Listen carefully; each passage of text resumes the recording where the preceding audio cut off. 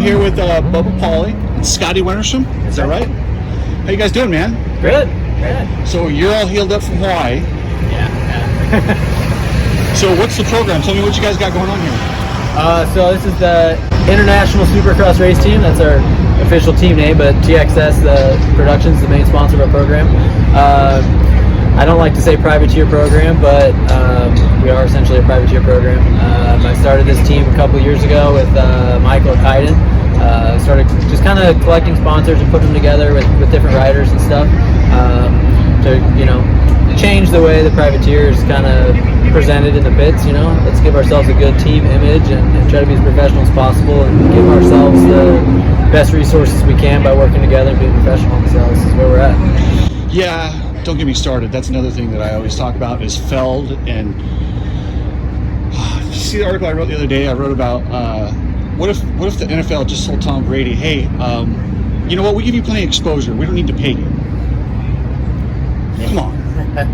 Yeah. They would make more money if they actually reinvested in you guys that matter. But I'll go off forever on that. Personally, for myself, it's kind of two sides. I mean, we do have great opportunity to do what we do. We're not restricted on that, but dude, you guys are in the top 40 of an evening show. That's the top 40 in the world. There's no higher level than this. That's it. No Major League Baseball player says, oh, I'll just play for endorsements only. They just don't do it. And I get that it's apples and oranges, but it doesn't have to be. So yeah, it's not perfect. It's still really good. It could definitely be better. Yes. But I don't think it's as bad as, maybe some other privateers make it out to be sometimes. No, it's not. Nobody's... Go work at McDonald's. You choose to do it because it's Yes, fun, and that's why you guys are willing to do it, but yeah. So, what have you guys been doing in the off-season besides Hawaii? And how about you, Scotty? What'd you do in the off-season? Riding. Me and my wife own a gym, so I do that as well. But that correlates real well with motocross. Worst case scenario, I work at the gym and I get to work at it. But it's just trying to put a lot of time on the bikes. I still train, still mountain bike, still run, do all that stuff. It kind of works with both my jobs, whether it's the gym or motocross. So I do that, and I do a lot of motocross schools and stuff, because it's kind of something where years ago I wasn't really looking to do that, but I had people kind of come to me for it, and I kind of ended up being pretty good at being able to explain how I ride or how I think a Roxon or Tomac or those guys ride a motorcycle, and I've been able to help other riders, so it's kind of a way I can also make a little income, but also get back to the sport, because if people are safer and can ride better, they're going to stay in the sport longer. They go out and they don't know how to ride, which is very complicated, and there's no school or nothing that says, here, you just go buy a bike and go. If they can keep people hurt or from getting hurt and keep them in the sport longer, it's better for everybody. I love that you're doing that. Could you imagine if somebody bought a sport bike and went out to the road race track and just, I'm just going to ride? Wide open. It doesn't happen. But at the motocross track, you can do that with a 450. Yeah. So, I wish I could do a deal. I know that Tony DeStefano did it back when I was a kid for Suzuki. You bought a Suzuki, you got a free motocross school. You get to attend one of his motocross schools. That would be awesome. Suzuki had to pay for that, obviously, but it's kind of a good investment in our sport, I think. Because I went and did one. Because I rode Suzukis when I was that age. And we went to a school and it was free, I was already racing for years at that point or whatever, so it was, geared more to a brand new rider, which it should have been. But for people that are just doing the sport, that's an awesome idea. And that's not even wide anymore, so. You guys set up to do the whole series? You know what? I saw you were entered in the 250 and 450. What was that all about? Yeah, so the AMA had some new programming for their registration, and it was rather difficult to get through. But when I went to sign up, the page wouldn't let me forward to the payment part unless I selected both classes. So, yeah, I had a ton of text messages say, you're racing 250? And some people I would say, yeah, I guess we'll decide when we get there or something, just kind of. Oh, I thought you were going 90s where you could run both classes. Yeah. I was like, well, apparently I'll sign up for both, so I guess You're good. Go for it. I need to go borrow a 250 from somebody then or something. Yeah. Put a sticker on the bike. So, how old are you guys? I'm 26. I turned 32 the 14th. Where do you guys see yourself going with this in the future? For myself, I set a couple. In the last few years, I've had the similar goals every year. I monitor my progress on the tiniest level. Racing, where my performances are every week. I'm benefiting that, getting better in those areas. Not only not only getting better, but obviously, I'm 26 years old. I need to make money. I need to make more money each year, little by little, and it's something I've been doing. My results have been getting better inch by inch. I've been making more money each year doing it. It's not easy. Sometimes it takes a lot more work, a lot more banging your head against the wall to make it happen, and a lot of races. Guys like myself, I only make funds from prize money, contingencies and stuff like that. We don't get any salaries from anybody, anything. All the team stuff just goes towards our expenses. So all the hours in the off season preparing everything for the team, it's just to set ourselves up to have a better program throughout the year, to where we can go earn more money in the races. I raced 42 different events around the world last year, and that was enough to earn my salary for the year. I stay healthy the whole time. A couple years prior to that, I've also raced right around 40 events each year, so it's a lot of racing, but I do it while I can. So I'm on kind of a kick where I don't see why football players can play. They're not old until they're 40. Why are motocross riders considered old? You look at a guy like Brayton and Freezy who are getting better in their 30s.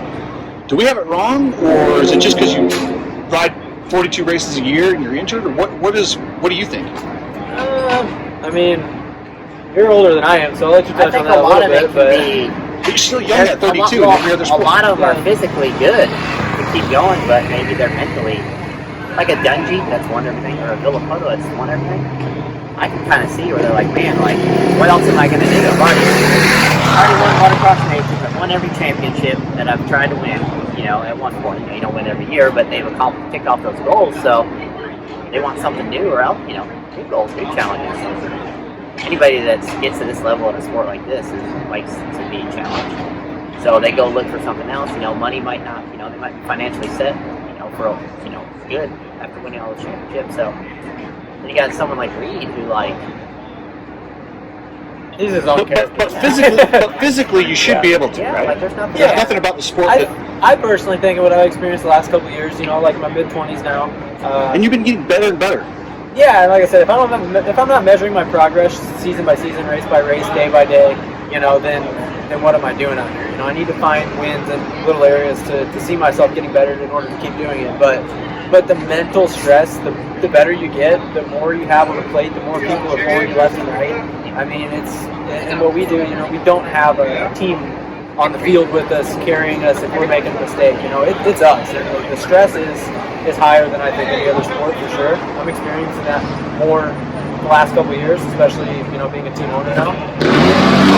So the stress level is, like you mentioned, how long is for.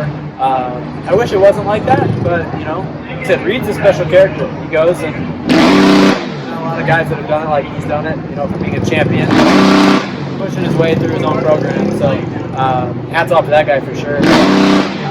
I think it seems like there's some older guys for our sport, older now than maybe I feel like it's changing a little bit. Yeah. And like the MCR guys, they're all about grabbing dudes off the scrap heap and making them good again. Yeah. So I think it can be done. You said you're team owner now. Do you see yourself continuing this past when you're riding and becoming this your business? I thought about it. I've asked that question a lot. Since I've been doing this, I haven't made any money off of it other than money to pay for our expenses. Yeah. So I don't know. If I were to be done riding and work towards that direction, or maybe if I'm still riding and we get to a point where we're receiving enough funds to pay myself from the effort that goes into it, then maybe. I've definitely learned a lot from it. I don't want to just throw it away and go on to another type of industry or career. I think it would be wise to take some of those skills and things I've learned to put them back into something useful as a career. I've done racing, but the actual race team, I don't know at this point. Cool. Any last thoughts? Anyone you want to thank? Man, we got a lot of people. By the way, I'll put them on here. I asked for this, so go for it. Yeah. I mean, we got our these logos everywhere. We got TXS Productions. It's a third-year sponsor with our team. And what do they do, TXS Productions? It's a productions company, so they try to put on events, film packages and stuff for promotions for different events. They're based out of Las Vegas. It's a newer company. Started about Vegas, my neck of the woods right there. So yeah, great guys over there. Jonesboro Cycle, out of Jonesboro, Arkansas. They stepped up huge this year with support with Kawasaki, Ronnie Prado Company, MapParts.com, it's a sister company from Jonesboro Cycle. And those guys are helping out a lot. They really made this program come together in the final days of putting it together. We got FXR with their gear, LS2 with the helmets, Slow Vision goggles, Double Eagle MX, it's a new motocross track in St. Louis. It's going to be a big deal. Pirelli tires, none exhaust, blood lubricants. Phoenix handlebars. So yeah, we got toil. Dirt tricks. We got make this all possible.